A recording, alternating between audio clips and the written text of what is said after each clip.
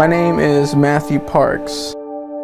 I knew that I would be in some sort of ministry setting. That's what I wanted to do basically since college. And I kind of grew up in smaller, just right across the state line in Missouri, and then went to college in Joplin and got a Bachelor of Arts in Psychology, and started taking some seminary classes, and was able to was working at a church. I managed a homeless shelter for a little while whenever the tornado came through in Joplin, and that was my first taste in I guess management. Of starting fresh, I had no idea what I was doing, but neither did anybody else at the place, and so we were all learning as we went. But then after about a year of that, I mean, it was whenever my wife and I had started a family. We had our first child at that time, and was looking for a change of pace, I guess, rather than being gone every night. Wanted to be able to have a little more of a family kind of job in that way. And so the church that I was leading worship at during that time part-time, we had basically combined the youth role, the youth pastor role, and the worship pastor into one, and went full-time at the church. And I was there about 3 years until coming here. So yeah, my wife and I have been married about 5.5 years. We have 3 little girls. Wow. So keeps us busy, but yeah. It's a joy. It's a lot of fun, but also that was one of the motivations, I guess, of wanting to be in ministry, and specifically like youth ministry, worship ministry, that sort of thing. It provides kind of a different perspective, I guess, of being in youth ministry, such as this one. It also is that I get to have the preview of what students at the time are dealing with, and there's nothing new under the sun. It's all struggles that have been happening for centuries.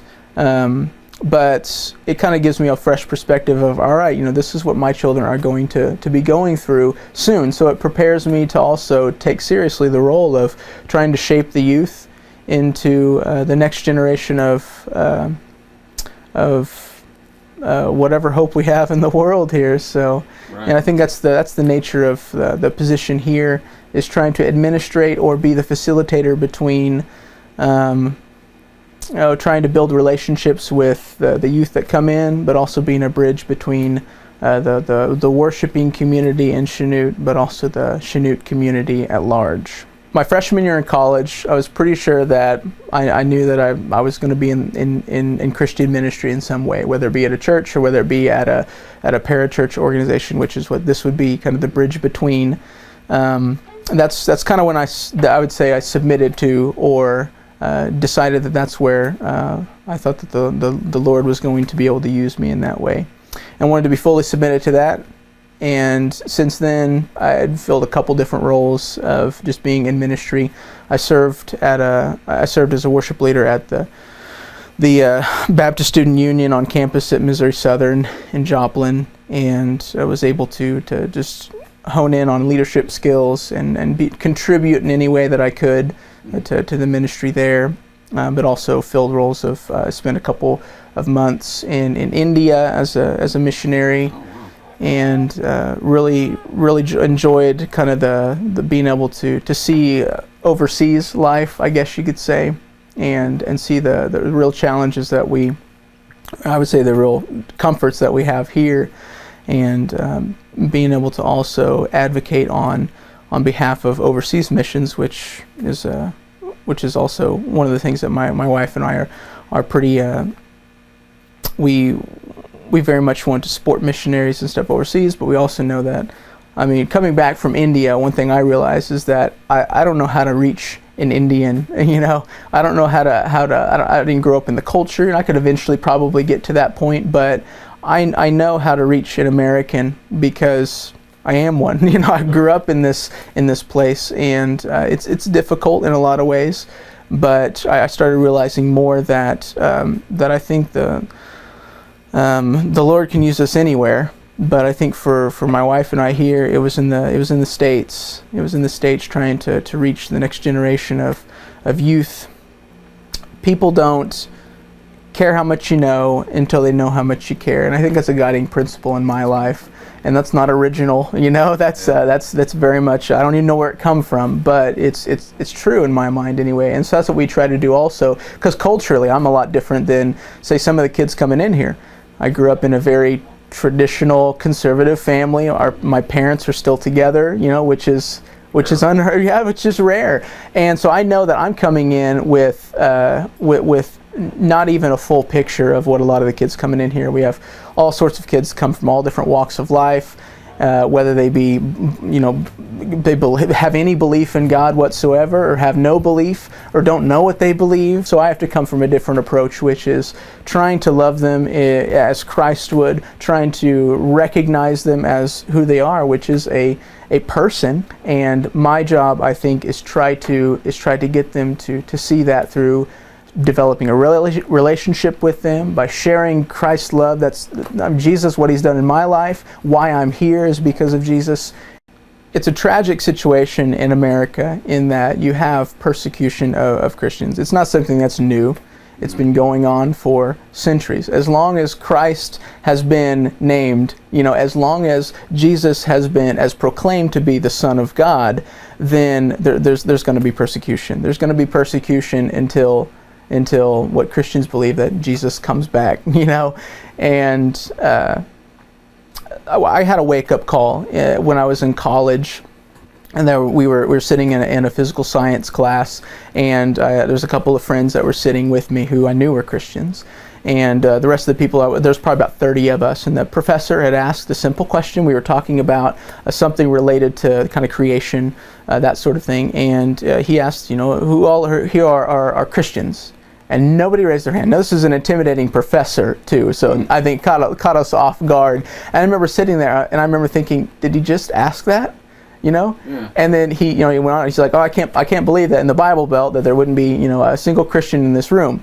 And then my friend that was sitting right beside me, we were both on the leadership team at the student ministry at that time, and really felt the weight of it. Because the first thing that came into my mind was Jesus' words, so if you deny me before men, I will deny you before my Father, as a condemnation, I guess, on myself. And I remember as we left, we were both solemn, and we were walking back to the dorms. And I remember him saying, dude, we totally let down Jesus, so today. Nobody raised their hand up. Nobody. And I think it was more like, it was kind of that took us aback, I guess you could say, Why is he asking this? Yeah. Did he actually just ask that question? And I remember thinking that was the first time where, and I wasn't like, I'm questioning my salvation sort of thing. Am I really a follower of Christ? But it's not whether I was a follower of Christ or not. Was I a good one? Mm-hmm. Was I presenting Christ, or was I standing up for him, or was I not? And I remember that's kind of changed my focus of, it really started making me think of like, do I really believe this stuff, Right. And, so I can understand in a situation like, say, a college student, when it comes down to it, a lot of us can face our fears and be able to stand up for what we believe in. But I think that comes with being able to stand up for what we believe in on an everyday basis, And so proclaiming the truth, but also being loving is also difficult to do because, we can stand up for all the right things for all the wrong reasons, But when it comes to Christ and comes for a Christian, should we stand up for what we believe in? Well, yeah. Do we have to cram it down people's throats? No. But when asked, what are we going to say? And I think if we don't have an answer, then then it's, we'll be the ones who don't do anything. I wasn't looking necessarily for anything really outside a church job, But my wife has some family in town, and they knew Mark and Marilyn, were they had asked for prayer requests for a new director come in, and then my wife's cousin had contacted Amelia, my wife, and said, hey, you should tell Matthew about this job. And so my wife told me about it, and I was like, I'm not really interested, And then, it'd been a couple days, and I'd gotten a call from Amelia's cousin, and they were just like, we're just checking back to see how it's going. And I was like, well, I guess it'd be worth a call. So I submitted my resume to Mark and Marilyn, and got a call the next day, and we chatted for about an hour. And I was like, all right, well, it was worth a call. I guess it's worth a visit, And so we came down because Mark, one of the things he was adamant, he said, "But you just got to come see this place. You've never seen anything like it." And I'm like, yeah. And so we come down a couple weeks later on one of the weekends, and I got to sit down with Mark and Marilyn and kind of talked a little bit more in depth about the situation and just about the ministry and how it had been going for however many years, that sort of thing. And I was like, okay, now you got my attention, or rather God has got my attention. I was about ready just to cast it off because it wasn't what I was looking for. But then I started thinking, then I got to thinking, well, maybe this is something that the Lord had just placed on my lap, and then for me to pursue and just to see if this is maybe something that He has indeed done. And I think that's kind of the consensus that my wife and I both kind of got, was that the Lord is working. We operate under that principle of go where the Lord is working, and so we started surveying the options, and we're like, all right, I think the Lord has evidently placed this in our lap for a reason. And so we had prayed about it. We had sought counsel from godly friends and family, and we decided this was going to be the next step for us. We come in with the mindset of, all right, we hadn't bought a house up to that point, so we came in and bought a house, and we're like, all right, we envisioned this is Chanute is where we're going to raise a family, and wherever the Lord has to lead us, I don't know, but for the time being, we're all in, as far as this ministry and what we can do to help expand the kingdom for God and to make disciples where we are. I think my first impression was, man, this place is huge. But I think the other word that came to my mind would have been potential. It's a non-threatening environment. It's a Christian ministry, but it's not I would say a church in the sense of whatever stigma the church may have. This place is unique because it's a coffee house, it's a concert hall, it's a radio station, we roast coffee, it's so many facets to the ministry. Well, I am by nature an introvert, but as I started reading the Gospels, just the life of Jesus in Matthew, Mark, Luke, and John, the accounts of Jesus' life, one thing that stood out the most was like Jesus was in some ways introverted, but then he was also extroverted as well. So we have a tendency to kind of, to build this dichotomy between you're an extrovert, you're always going to be an extrovert, you're an introvert, you're always going to be an introvert, And in some ways, I think that's true. By nature, I'd rather just be alone, But yeah, just leave me alone, let me do my thing, But I realize that's dangerous in a lot of ways, because Jesus was always taking people with him. He was always taking his disciples with him. You'll have those scriptures that come out that say like Jesus went away to a solitary place and was alone. It's like, that's true. That's that happened sometimes, but that was like an hour of his life, maybe a day, and then what happened the rest of the time? He was with people.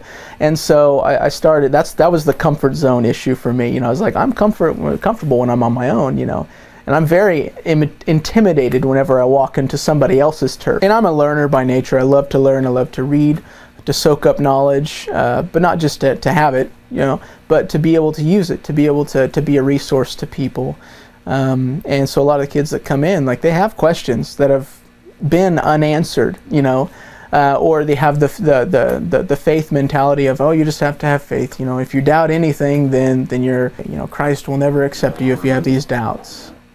So, and that's difficult because kids that come in, they're already being shut down in those ways, because there are legitimate questions that they have about the meaning of life, the existence, why am I here, that sort of stuff. And if the church should be the first place to be able to answer those questions and answer them in a way that's I'll hear you out, and I can tell you what I've learned. I can tell you what the Bible says. I can tell you what's maybe the loopholes in your theory of life right now, but is that really going to be necessary? Is that really going to catch their attention? Right. Yeah, and that's a fine line of being able to engage with students in a way that they know that you care about them. The Friday and Saturday nights are specifically geared towards youth and college ages 14 to 22 roughly, and it's geared specifically not as an evangelism outreach. We don't have any kind of preaching or anything like that. But we do let it be known that there are few boundaries, and it's built on mutual respect, or being able to come in here thinking, all right, normally I have pretty bad mouth, but I think for coming in here, I really like these people, they provide a good place, and I think I want to abide by their rules a little bit. But that's, I think, the nature of the coffee house. It's kind of the bridge between. You can have both Christians that come in to be encouraged, and we try to sow into them as much as possible. We try to encourage them in their walk. But also kids that come in who don't have any kind of a background in church attendance, or if any kind of relationship with God, belief in God, whatever, can be able to come in here and we can positively impact them. And that's kind of what goes along with our mission statement, which is to encourage and help foster growth in those who have already committed to serve Jesus, and then to positively impact those who haven't. On Friday and Saturday nights, we do not have any kind of a gospel presentation, unless it comes from just if we get into some sort of conversation over impromptu. Yeah, impromptu, and that's kind of what we want it to be, more organic, and honestly, probably like it's more of a connection point, And maybe when it's not that we're against sharing the gospel, we're very much for it, but we do think there's a time and a place. And I think one of the things that kids come in here, they don't need another Bible study, they don't need another lecture to be any kind of a guidance, a spiritual counselor, a guide of any kind to these students, because they do come in with a world of hurt, and we want to be able to offer hope. And we believe that hope comes in Jesus Christ, but we can offer that hope to them if they choose to accept it or not. We're human beings as well, We have jobs, we have families, we have all of these things that are in the world, and we just happen to have a perspective that's Jesus Christ.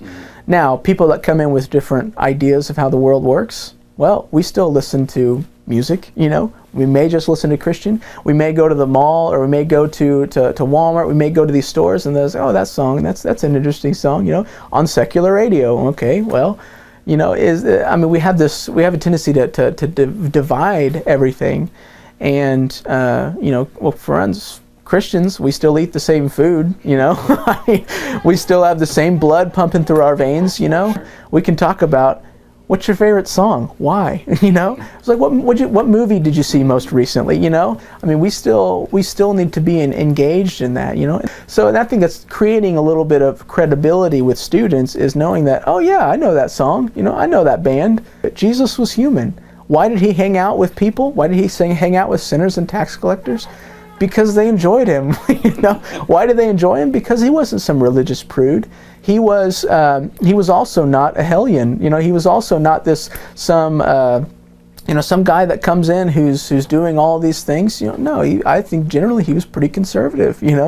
He was able to connect with people who didn't think the way he did, and they liked him. We're open Friday and Saturday nights from 8 p.m. to 11 p.m. On mainly, the majority of weekends, except for, like, say, holiday weekends, like, we'll be closed, like, probably Thanksgiving weekend, Christmas weekend, those sort of things. There's only a handful each year, I think, that we actually close down. On Friday and Saturday nights, we open up at 8. Kids come in, we have them sign their name just to, say that they were there, that sort of thing. And they come in. We sell drinks. We sell coffee drinks, non-coffee drinks. We try to, we have a wide range of drinks that we can do. We have a fully functioning coffee bar, and espresso machines, and all the sorts of flavors. 50 plus flavors that you can imagine. And we sell the cheapest drinks around, definitely cheaper than Starbucks, but we don't do it for the coffee, we don't come in because we're such an awesome coffee place, we want to be able to appeal to kids, and it's cool to drink coffee, I happen to really like coffee, but kids come in and they get to hang out. It's built around the community. Coffee is just one of the things that we use in order to cater to a younger audience. It's one of the things that we do, and usually it's more milk and sugar than it is coffee. But for the most part, most of them don't really. That's not they don't care in that way. It's just a thing for them to be able to come in and have a place to stay. What else would they be doing? Well, in the big city of Chanute, there's not a whole lot to do. As in many small towns in especially the Midwest, you're either do something or you don't do something. We'd rather have you an alternate place where you can come rather than be tempted and have peer pressure of going to places where you may be tempted or have or be able to have to compromise in what you want or don't want to do. We've been having probably about 30 kids, each night, and it comes and goes. I think it's a pretty even mix. We'll probably say we have more on the older side, less that come in that, I would say basically if you can drive, you'll probably be there, but we do have some kids that come in that are younger, and, we definitely open it up for them just as well. So they've done a lot of things over the years, radio shows, actual theatrical plays.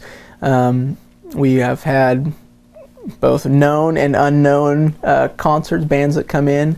And a lot of things that we try to do is minister to the bands as well. And one of the unique things we offer is that bands that do come in, we have a play and stay kind of venue where they come and play a concert, and they can stay in our apartments that we have, 4-bedroom apartments, 4-bedroom apartment upstairs that we have the bands come in. We generally try to make them home cooked meals, rather than just having Taco Bell, McDonald's, that sort of stuff that you can go and get something to eat.